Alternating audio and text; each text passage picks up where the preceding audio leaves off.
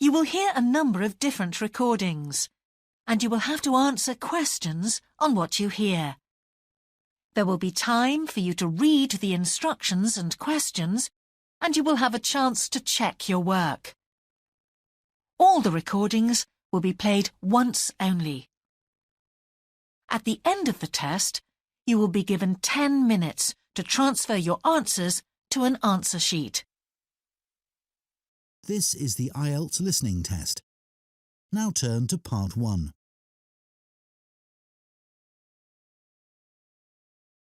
Part 1. First, you have some time to look at questions 1 to 5.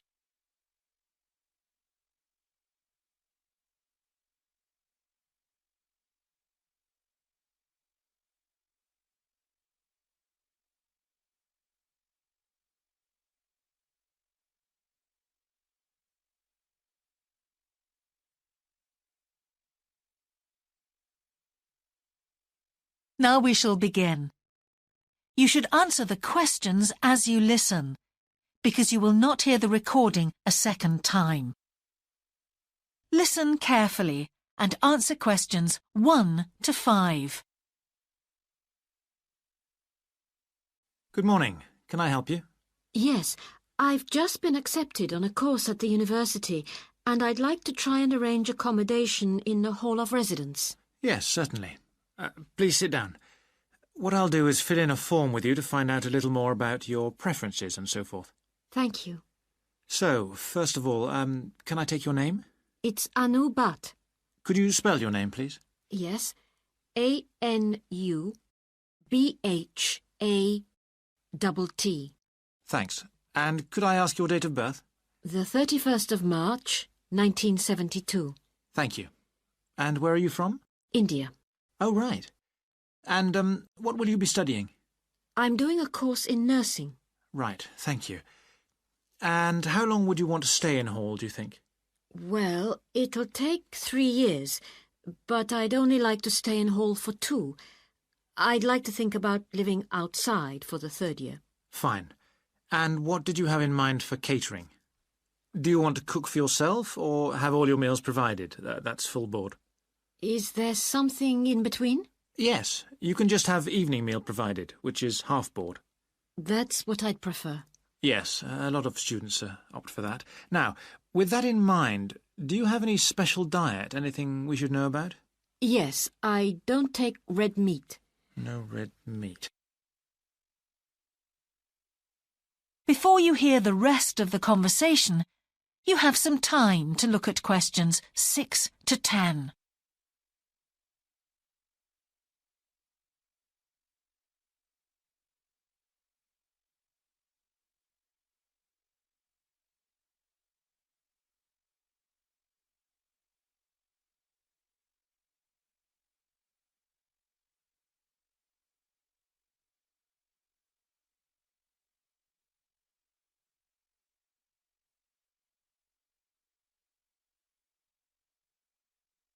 Now listen and answer questions 6 to 10.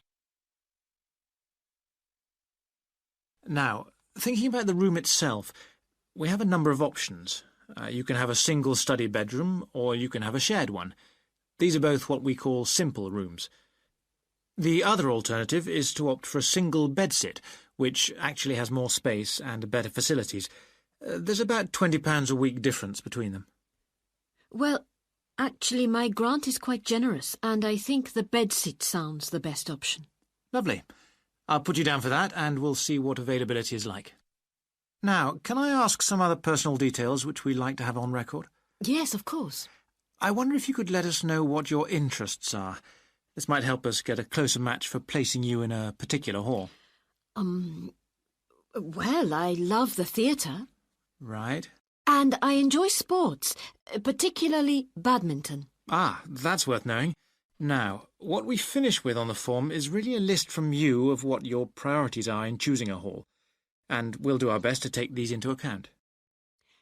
Well, the first thing is I'd prefer a hall where there are other mature students, if possible. Yes, we do have halls which tend to cater for slightly older students. And I'd prefer to be out of town. That's actually very good for you because we tend to have more vacancies in out-of-town halls. Lucky. Yes. Anything else? Well, I would like somewhere with a shared area, a TV room, for example, or something like that. It's a good way to socialise. It certainly is. That's it. Now, we just need a contact telephone number for you. Oh, sure, I'll just find it. It's 667549. Great. So we'll be in contact with you as soon as possible.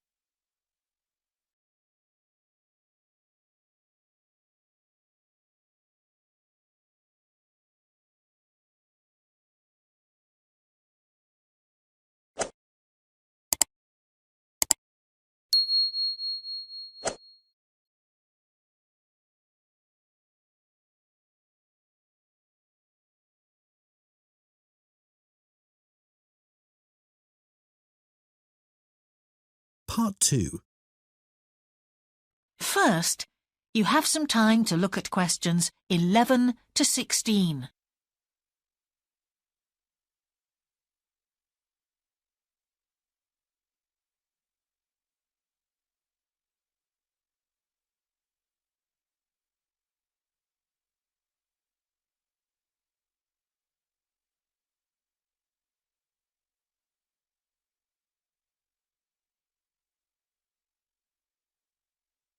Now listen carefully and answer questions 11 to 16. Now we go to Jane, who is going to tell us about what's happening in town this weekend. Right, thanks, Andrew. And now on to what's new. And do we really need yet another sports shop in Bradcaster? Well, most of you probably know Sports World, the branch of a Danish sports goods company that opened a few years ago. It's attracted a lot of custom, and so the company has now decided to open another branch in the area. It's going to be in the shopping centre to the west of Bradcaster, so that will be good news for all of you who found the original shop in the north of the town hard to get to. I was invited to a special preview, and I can promise you, this is the ultimate in sports retailing. The whole place has been given a new minimalist look with the company's signature colours of black and red. The first 3 floors have a huge range of sports clothing as well as equipment. And on the top floor, there's a cafe and a book and DVD section. You'll find all the well-known names, as well as some less well-known ones. If they haven't got exactly what you want in stock, they promise to get it for you in 10 days. Unlike the other store, where it can take up to 14 days. They cover all the major sports, including football, tennis and swimming. But they particularly focus on running, and they claim to have the widest range of equipment in the country. As well as that, a whole section of the 3rd floor is devoted to sports bags, including the latest designs from the States. If you can't find what you want here, it doesn't exist. Before you hear the rest of the programme, you have some time to look at questions 17 to 20.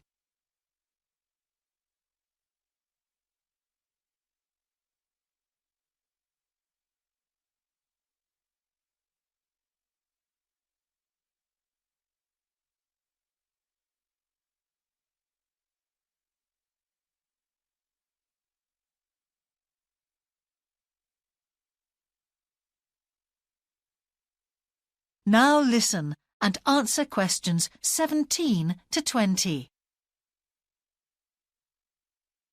The shop will be open from 9 a.m. this Saturday, and if you go along to the opening, then you'll have the chance to meet the national 400 metres running champion, Paul King, who's coming along to open the shop. And he will be staying around until about midday to chat to any fans who want to meet him and sign autographs. Then there will be a whole range of special attractions all weekend. There will be free tickets for local sporting events for the first 50 customers, and also a special competition open to all. Just answer 15 out of 20 sports questions correctly to win a signed copy of Paul King's DVD Spring Tips, while the first person to get all the questions correct gets a year's free membership of the Bradcaster Gym. All entrants will receive a special sports calendar with details of all Bradcaster fixtures in the coming year. One of the special opening offers is a fitness test, a complete review of your cardiac fitness and muscle tone, actually done in the shop by qualified staff. This would normally cost £30, but is available at half price for this month only. There are only a limited number of places available for this, so to make a booking, phone 560 341. In addition, if you open an account, you get lots more special offers, including the chance to try out equipment at special open evenings. That is the end of Part 2. You now have 30 seconds to check your answers to Part 2.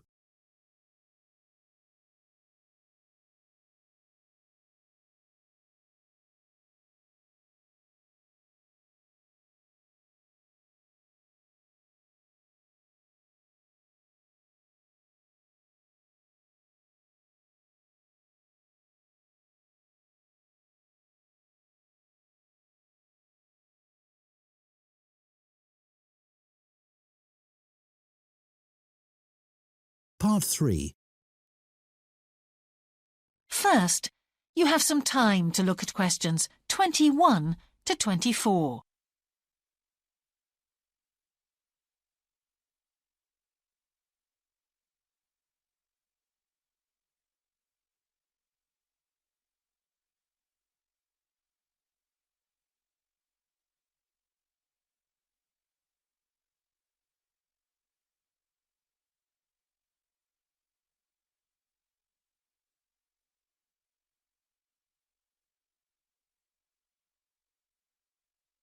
Now listen carefully and answer questions 21 to 24.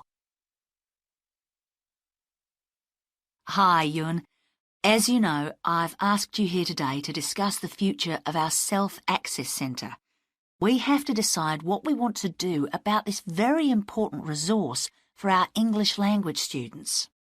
So, can you tell me what the students think about this? Well, from the students' point of view, we would like to keep it. The majority of students say that they enjoy using it because it provides a variation on the classroom routine, and they see it as a pretty major component of their course. But we would like to see some improvements to the equipment, particularly the computers. There aren't enough for one each at the moment, and we always have to share. Well, yes, the teachers agree that it is a very valuable resource. But one thing we have noticed is that a lot of the students are using it to check their personal emails. We don't want to stop you students using it, but we think the computers should be used as a learning resource, not for emails. Some of us also think that we could benefit a lot more by relocating the Self-Access Centre to the main university library building. How do you think the students would feel about that, Ewan? Well, the library is big enough to incorporate the Self-Access Centre, but it wouldn't be like a class activity anymore. Our main worry would be not being able to go to a teacher for advice. I'm sure there would be plenty of things to do, but we really need teachers to help us choose the best activities. Well, there would still be a teacher present and he or she would guide the activities of the students. We wouldn't just leave them to get on with it. Yes, but I think the students would be much happier keeping the existing setup. They really like going to the Self-Access Centre with their teacher and staying together as a group to do activities. If we could just improve the resources and facilities, I think it would be fine. Is the cost going to be a problem? It's not so much the expense that I'm worried about, and we've certainly got room to do it, but it's the problem of timetabling a teacher to be in there outside class hours. If we're going to spend a lot of money on equipment and resources, we really need to make sure that everything is looked after properly. Anyway, let's make some notes to see just what needs doing to improve the centre. Before you hear the rest of the conversation, you have some time to look at questions 25 to 30.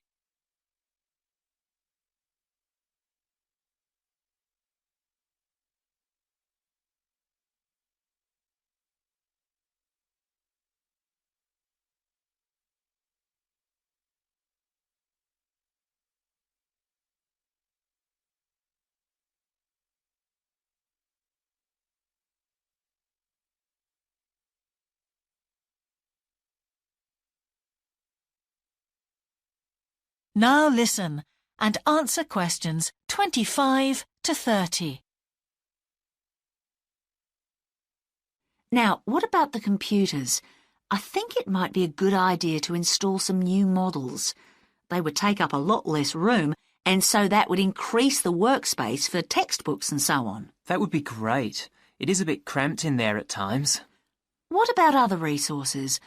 Do you have a list of things that the students would like to see improved? Yes, one of the comments that students frequently make is that they find it difficult to find materials that are appropriate for their level, especially reading resources. So I think we need to label them more clearly. Well, that's easy enough. We can get that organised very quickly. In fact, I think we should review all of the study resources, as some of them are looking a bit out of date. Definitely. The CD section especially needs to be more current. I think we should get some of the ones that go with our latest course books and also make multiple copies. Good. Now, I was also thinking about some different materials that we haven't got in there at all. What do you think of the idea of introducing some workbooks? If we break them up into separate pages and laminate them, they'd be a great resource. The students could study the main course book in class and then do follow-up practice in the Self-Access Centre. That sounds good. OK. Now, finally, we need to think about how the room is used. I'll have to talk to the teachers and make sure we can all reach some agreement on a timetable to supervise the centre after class. But we also need to think about security too, especially if we're going to invest in some new equipment. What about putting in an alarm? Good idea. The other thing I'd like to do is talk to our technicians and see whether we could somehow limit the access to email. I really don't want to see that resource misused. What about if we agree to only use it before and after class? Yes, that would be fine. OK, anyway, that's great for now. We'll discuss it further when we've managed to... That is the end of Part 3. You now have 30 seconds to check your answers to Part 3.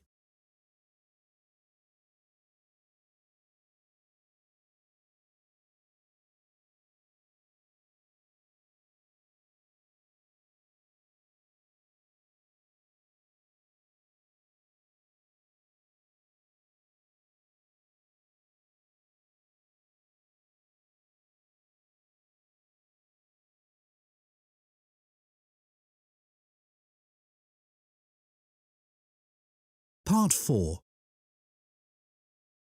First, you have some time to look at questions 31 to 40.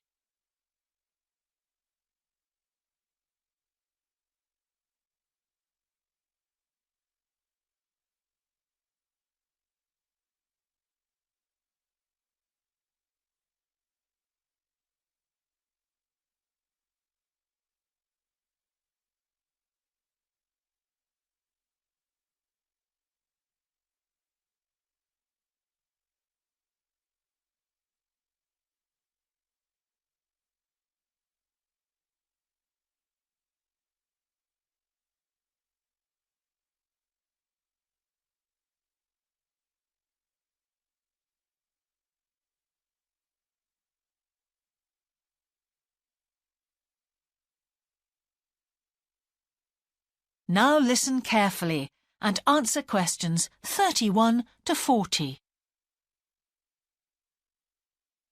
Good afternoon, everyone.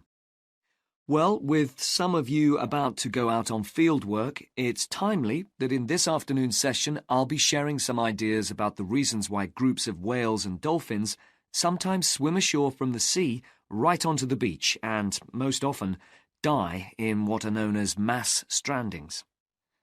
Unfortunately, this type of event is a frequent occurrence in some of the locations that you'll be travelling to, where sometimes the tide goes out suddenly, confusing the animals. However, there are many other theories about the causes of mass strandings. The first is that the behaviour is linked to parasites. It's often found that stranded animals were infested with large numbers of parasites. For instance, a type of worm is commonly found in the ears of dead whales. Since marine animals rely heavily on their hearing to navigate, This type of infestation has the potential to be very harmful. Another theory is related to toxins or poisons. These have also been found to contribute to the death of many marine animals. Many toxins, as I'm sure you're aware, originate from plants or animals. The whale ingests these toxins in its normal feeding behaviour, but whether these poisons directly or indirectly lead to stranding and death seems to depend upon the toxin involved.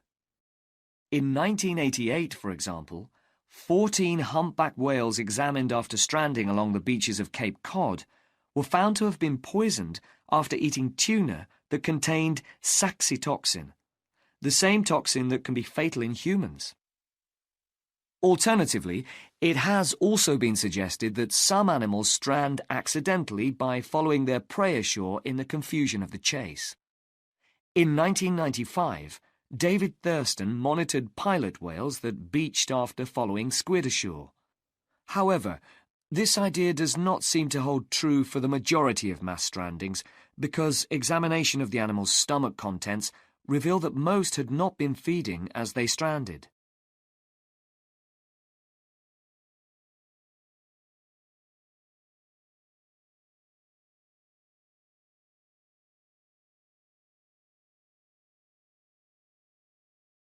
There are also some new theories which link strandings to humans. A growing concern is that loud noises in the ocean cause strandings. Noises such as those caused by military exercises are of particular concern and have been pinpointed as the cause of some strandings of late. One of these, a mass stranding of whales in 2000 in the Bahamas, coincided closely with experiments using a new submarine detection system. There were several factors that made this stranding stand out as different from previous strandings. This led researchers to look for a new cause. For one, all the stranded animals were healthy. In addition, the animals were spread out along 38 kilometres of coast, whereas it's more common for the animals to be found in a group when mass strandings occur. A final theory is related to group behaviour, and suggests that sea mammals cannot distinguish between sick and healthy leaders, and will follow sick leaders, even to an inevitable death. This is a particularly interesting theory, since the whales that are thought to be most social, the toothed whales, are the group that strand the most frequently. The theory is also supported by evidence from a dolphin stranding in 1994. Examination of the dead animals revealed that, apart from the leader, all the others had been healthy at the time of their death. Without one consistent theory, however, it is very hard for us to do anything about this phenomenon except to assist animals where and when we can. Stranding networks have been established around the world to aid in rescuing animals and collecting samples from those that could not be helped. I recommend John Connor's Marine Mammals Ashore as an excellent starting point if you're interested in finding out more about these networks or establishing one yourself. That is the end of Part 4. You now have 1 minute to check your answers to Part 4.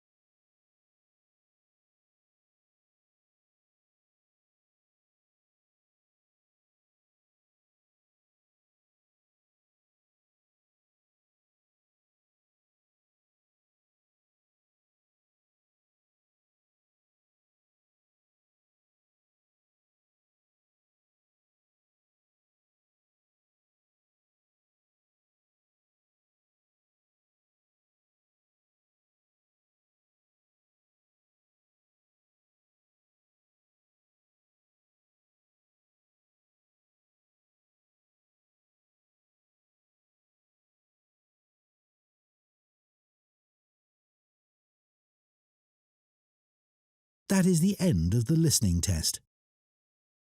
In the IELTS test, you would now have 10 minutes to transfer your answers to the listening answer sheet.